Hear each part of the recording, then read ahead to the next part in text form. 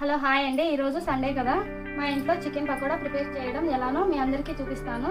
చూడండి. ఫస్ట్ కారం పొడి అండ్ అలాగే కొంచెం ధనియాల పొడి, అందులోకి అల్లం వెల్లుల్లి పేస్ట్,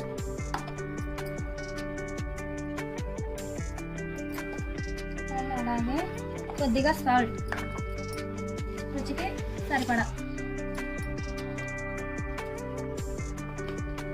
ఇప్పుడు ఇవన్నీ కలిపేసుకుందాం. ఇదంతా కలుపుకున్నాం కదా, ఇప్పుడు వచ్చేసి చికెన్ పకోడా మసాలా పౌడర్ వేసుకుందాం.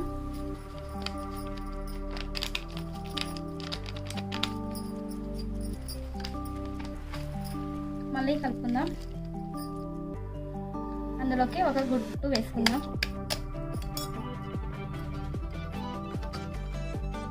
ఈ ఎగ్ కూడా కలిపేసుకుందాం ఇందులోకి.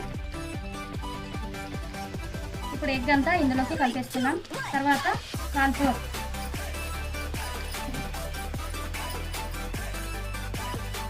వేసుకుని ఇది కూడా ఇలా మొత్తం కలిపేసుకోవాలి.